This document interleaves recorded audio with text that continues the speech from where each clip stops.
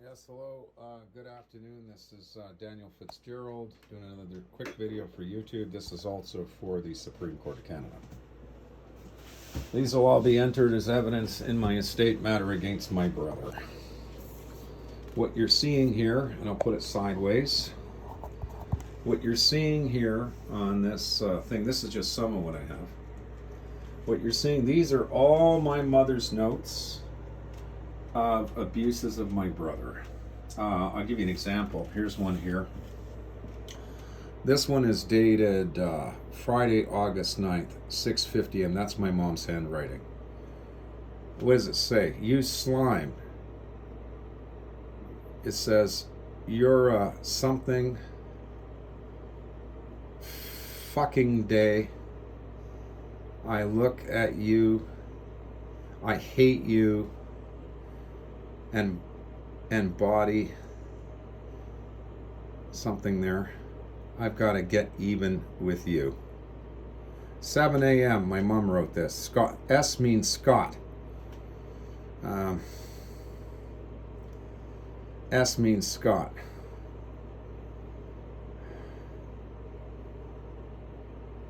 He's criticizing my mom for not having a shower. My bedroom door slammed, closed by him. This is a note of my mom's. Let's get another one. Here's one here. This one here is in January.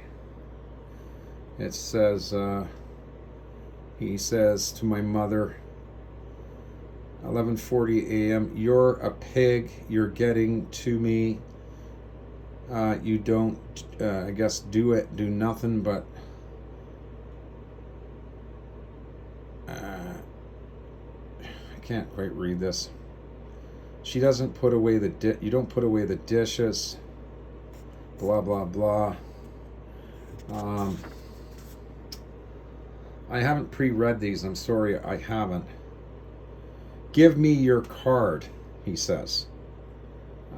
Some money. Oh, I can't quite read the bottom. Sorry. Let me read this again. He says, I do have to move. Give me your card. I need some money. My brother wrote this to my mother. Okay, that's another one. There's more than this. Let me just find. He's giving her orders. Here's one. Okay, here's one here. Here's one here from my mom. Here is my brother's order. Either find window squeegee or buy a good one. Just squeegee the metal frame. He's giving her orders. Here's what she says. This is what my mom wrote in her own writing. See this? Scotty, I haven't any energy today, so I'm resting.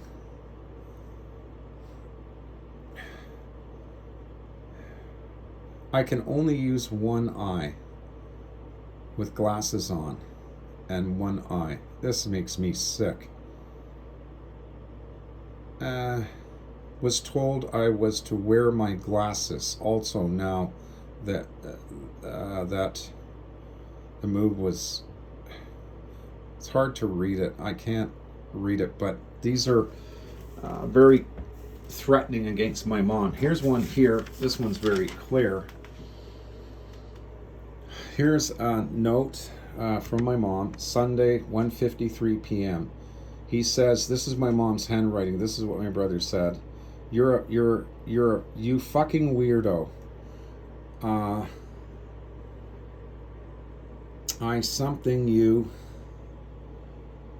I'm calling her this week.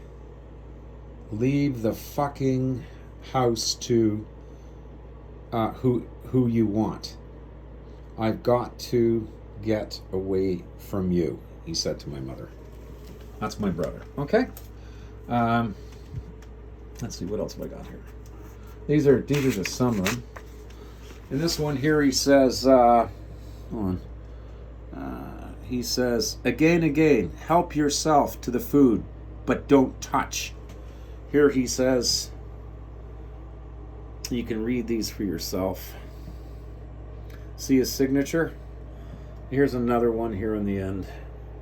My mom wrote his abuses on anything she had, calling her a pig, a bitch. In one here, he calls her a slut. And I say to the public, this is disgraceful. And I'm going to give it all to the Supreme Court. Just let me see what's on here. I'll read it with you. Wake me up again, I'll fucking kill you. This is no play, Mom. Play in your room. This is Friday, November 14th, 2003. She says, again grabbed my upper arm. Wake me up again, I'll fucking kill you. This is no play, Mom. This is what my brother said to my mother.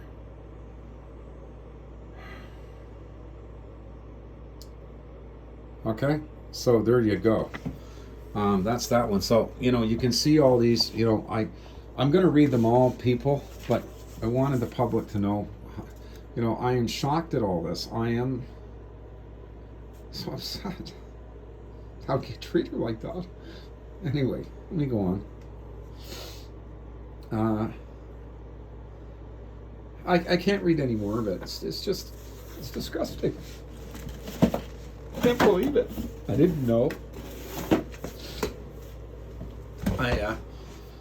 I didn't know that that my mom was that she was going through this. I didn't know. I didn't know it was this bad. He was giving her orders all the time, forcing her to clean her house. He was forcing her, threatening her.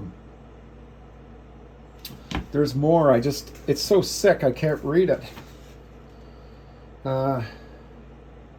Here's this one here. I'll show it to you here. I got to get it under the light.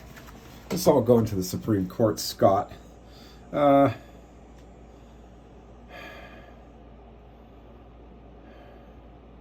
He says, this is my mom's right, 9:24 p.m. You stay away from my cat. You hear? You stay away from my cat. Forever. Or he'll die if isn't dead already. 9 p.m. I went to the bathroom, then to the kitchen to make my tea. That's my mom. Simon in hall. That's the cat.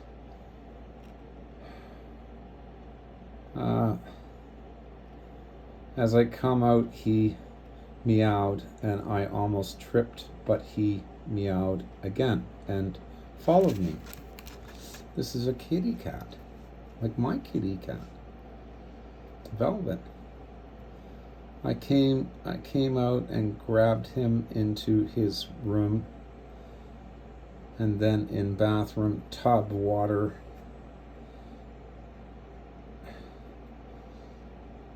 Put cat.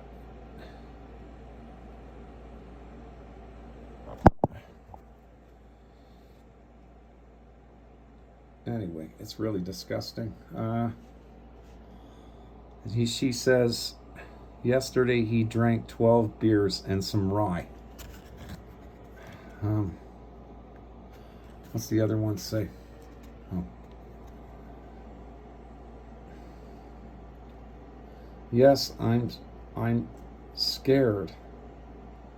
It would be me. He drank 14 beers and half a Mickey.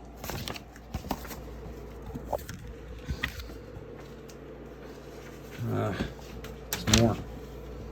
There's more of these bloody things. Just wait. What's this one? Here's another one. I need my magnifying glass. I don't. Here's another one.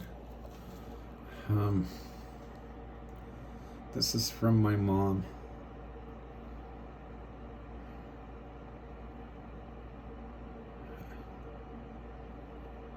She's writing all this down. You see, 7:43 a.m., 9 p.m.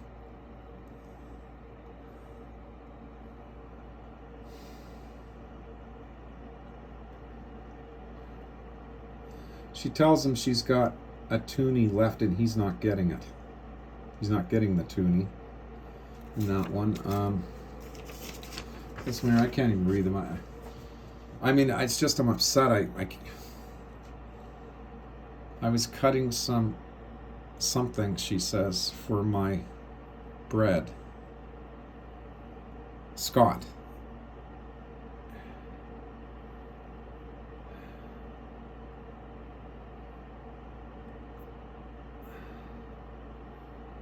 Here at 2 p.m. It says something here. Anyway, I didn't know any of this. I had no knowledge of this. I understand now why my mom told me in the hospital in Wellington at 2:20, after my wife and I sent her a card and a flower plant, because to make her feel better.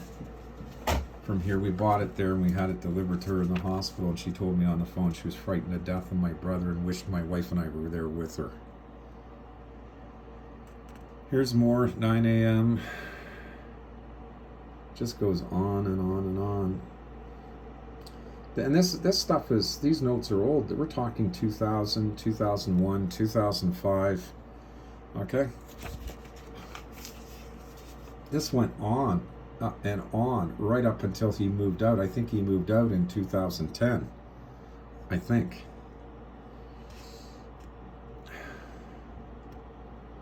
Like, she was already, my mom was already so terrorized and upset that he controlled her mind, and she did whatever he told her. And I wish to report to the audience in the Supreme Court that I'll remind the Supreme Court there's been cases in the United States that have been recorded of women who are married and their husbands abuse them for so long. And the women are so scared, especially if they have children. They're too scared to go to the police. They're too scared, and they're psychologically become twisted and controlled over a long period of time. And this is what happened to my mom. This is what I'm trying to say to the Supreme Court, that my brother abused her. These notes go back to 2001 and 2000. But he was abusing her in Crystal Beach as well. And so it proves, criminal, mental, psychological abuse by him against her. This man has lived with my mother for 40 years. Okay? When my mom lived in Toronto, and I was there in 85 to visit, her doctor, I think his name was Jonathan Klein, I can't quite recall. And I went to see him. He told me that, he said, look, you got to get out of that house. He's crazy. Her doctor told me this, okay? He told me that my brother was dangerous around women, okay? My brother had a girlfriend named Jo. I'll tell this story before I go. I met her at my mom's house when I went to visit in 85. Beautiful woman. Beautiful. Oh, she was beautiful. I envied him. She was so pretty. She really cared about him. And a few years later, I was back out in BC, and my brother called me. He said to me on the phone, he says, Jo left me. He said she just got up, she didn't take her clothes, didn't take her furniture, she just wore what she had in her body and walked out, and I haven't seen her since. And he said he didn't know why, he didn't do anything wrong, he said to me. So my brother, out of desperation, had his wife Jo's brother's phone number, and he asked me in BC to call, her brother on his behalf. And so I said, okay, sure, I'll call, So I did make the call, and I did talk to her brother. I told her that, I was Daniel Fitzgerald and I live in BC. I said, my brother, I don't know, he's asked me to call. Jo left him, and he apparently doesn't understand why. And what her brother said to me right away, without even a hesitation, he told me to tell my brother that his sister would not meet with my brother unless a police officer was present. Okay? So this is not a matter of slander, folks. This is not mudslinging on my part.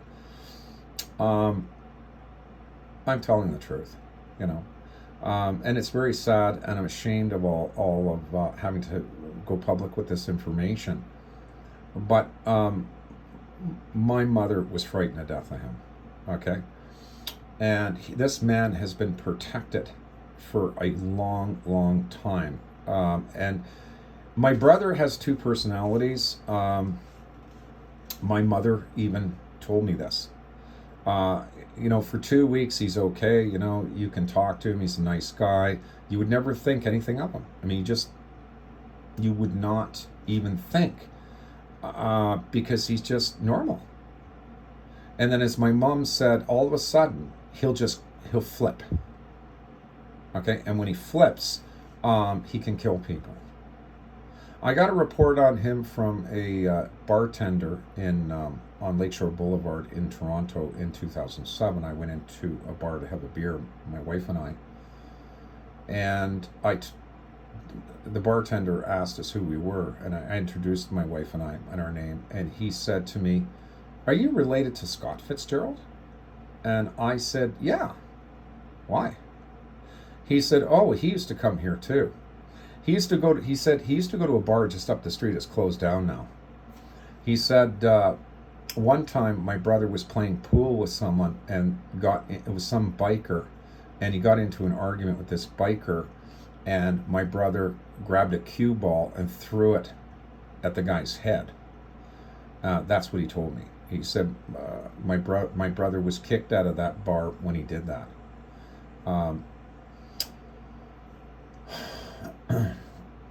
And then there was another event that my brother actually told me about years ago when I was living in BC. He lived within blocks of his son and his ex-wife off of Lakeshore Boulevard in Toronto, Canada. And his wife is Italian, and they were divorced, but he wanted to live close to her because of his son, my nephew. So I don't know, his wife had a new Italian boyfriend, okay? His ex-wife. And the son and the ex-wife and the Italian boyfriend were living down the street from my brother, and my brother got upset with her Italian boyfriend. I can't remember why.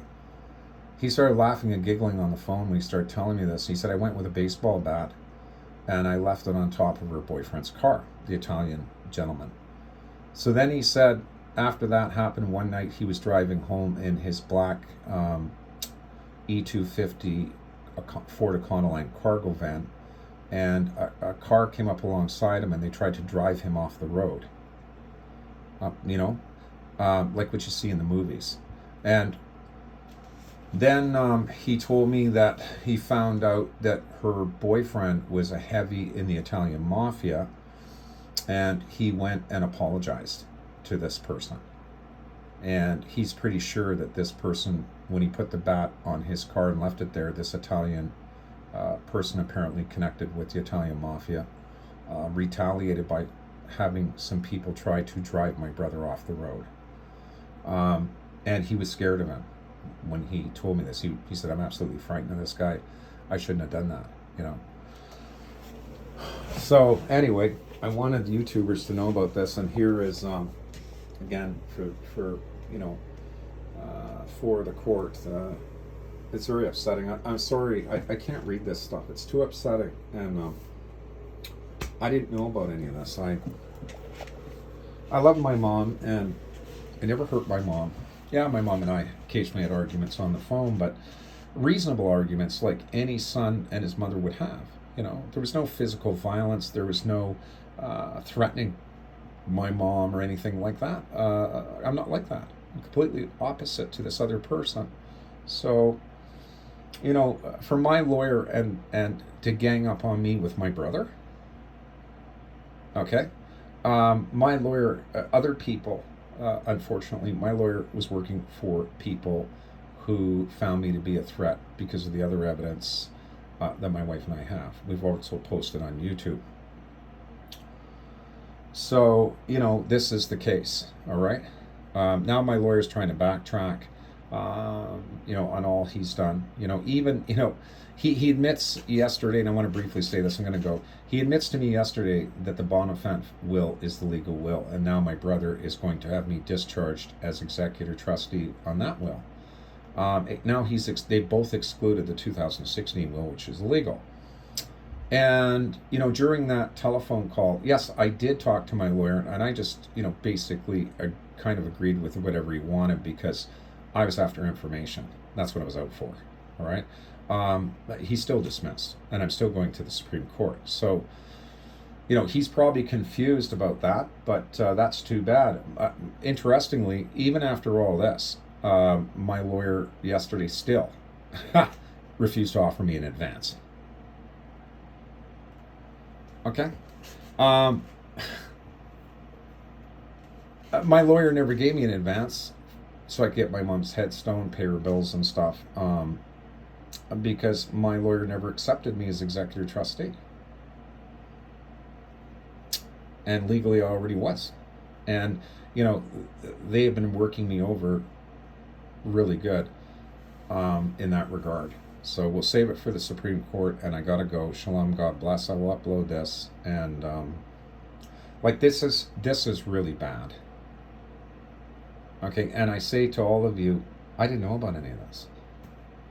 My mom's friend Lynn Frail, I guess she had a magnifying glass. I don't have my magnifying glass in here, and it's hard for me to read them because I just go into tears. So, anyways, hopefully the Supreme Court will see this video, and and I got more than that. I mean, there's more. It's my poor mom, eh? She's taking notes. She so desperately needed help to protect her from him. Anyway, I got to be very strong emotionally, and and in order to remain unfogged about the actions that are coming against Mr. Maloney and my brother and the government, I have to remain emotionally strong, because if I get emotionally upset, I can't think, and it interrupts my logic and my brilliance to work all this out and write it up in the right way, so that I can have them both taken care of. I can't forgive my lawyer for this because he went too far. And, if it had just been a few things, he'd come around, probably I could just let it go. But this is serious. Okay, cannot have a man like Mr. Maloney practicing this kind of law.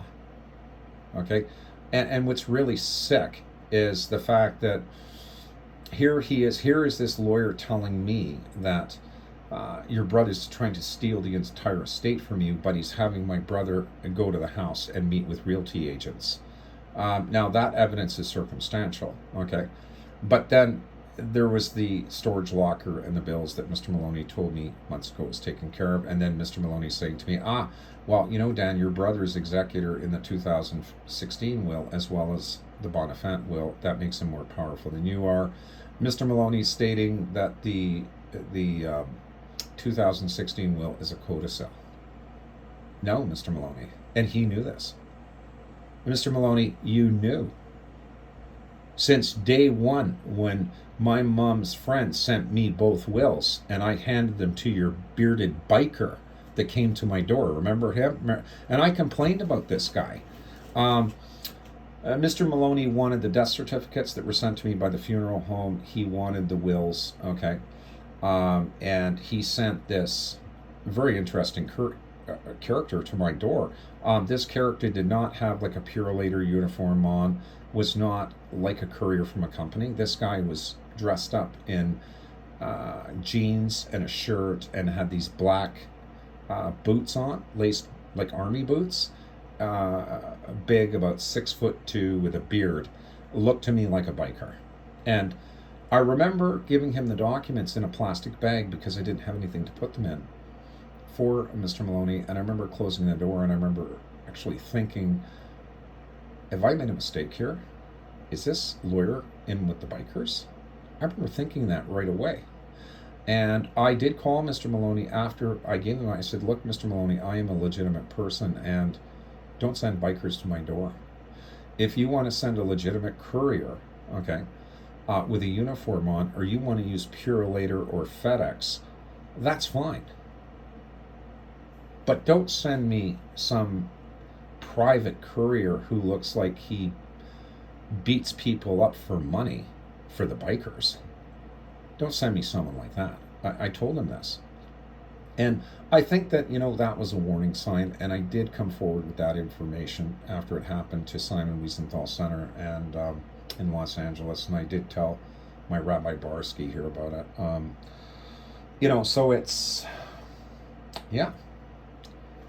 Anyways, I have to go. Shalom, God bless all of you, and we'll take another scan of this so you can see, this is what my brother did to my poor mother, and my mom kept these. This is the other thing. And I say to all of you, if you look in all of this, if I go through every note's going to be given to the Supreme Court because it proves something. Look at them all. And there's more than this. These are dated from approximately 2000 to around 2009-10. The last abuse message was around 2009. I've got it here. Okay, she dated it. Now, what I want to say to you folks before I go is, what's missing here? What is missing? Every single note here, my mom wrote after my brother mistreated her. He treated her also. So the notes here, what she's trying to reflect here too, in some of them, well, a number of them actually, not just some of them, is that my brother was more or less giving her orders every day and a list of housework that she had to do. He even gave her an order to do the dishes.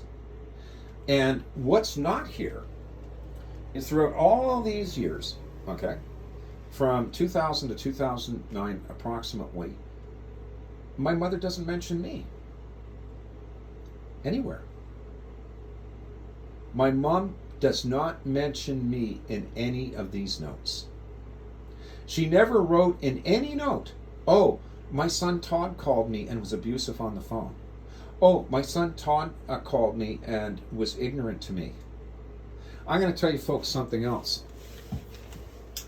About in the 90s, I think it was, in the mid 90s, my brother cut me off from calling my mom. And I got really worried about her, okay? And every time I called there for 2 weeks, I couldn't get through, right?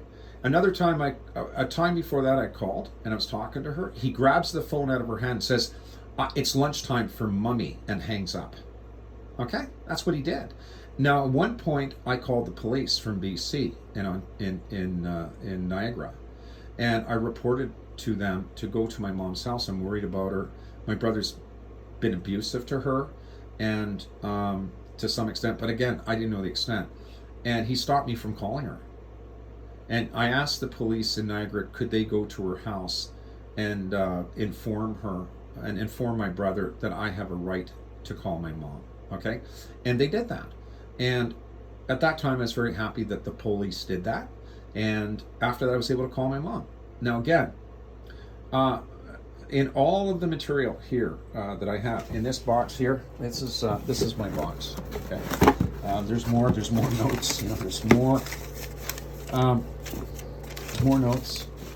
There's more. I mean, this is not all. But again, I say to all of you, in none of my mother's notes, anywhere, if she was recording my brother's abuse of her, okay, and I called her up on the phone, I said something like, well, Mom, you're really dirty. You're terrible. F you, or something like that, okay? And I have never used the F word or any other kind of terrible word against my mom in my life. I have never done that. And this is the truth. God knows this is the truth. But what's lacking here, and my brother's making false allegations against me, there's nothing here from my mom anywhere. Any kind of report against me, nothing. And although I didn't call her very often, I did call her, at least once every month or so, okay? And from BC, and there's just nothing here. There's nothing here about me. There's no complaints about me at all. These are all the documents from her house that my friend and her friend collected. And there's nothing. There's not one documented complaint from my mom anywhere in any of the documents I have against me. There's not one complaint by her that she hid, that she wrote down in her bedroom, even with her bad hands, okay, about me. Nothing. Zero. Nothing. My mother made it clear she was so frightened of my brother on the phone to me for the first time in 220 at the hospital. She was so frightened of him. She said to me, I wish you and Jennifer were here right now. You would not believe the game this guy plays. You would not believe what a psychopathic person he is, how crafty he is.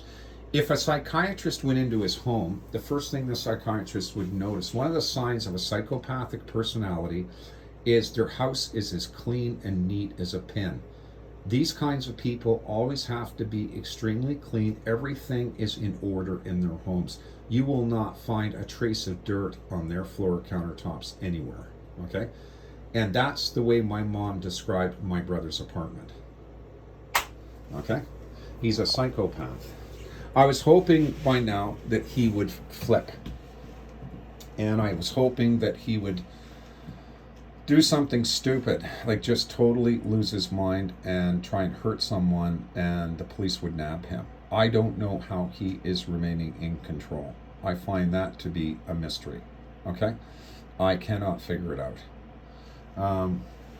So there it is. There's all the notes. I better go. Shalom, God bless. I'll upload this now to YouTube. And I ask you people out there, pray for my mom. Pray for her. Well, what I can say at the end of the video now is my mom is in a place where he cannot hurt her.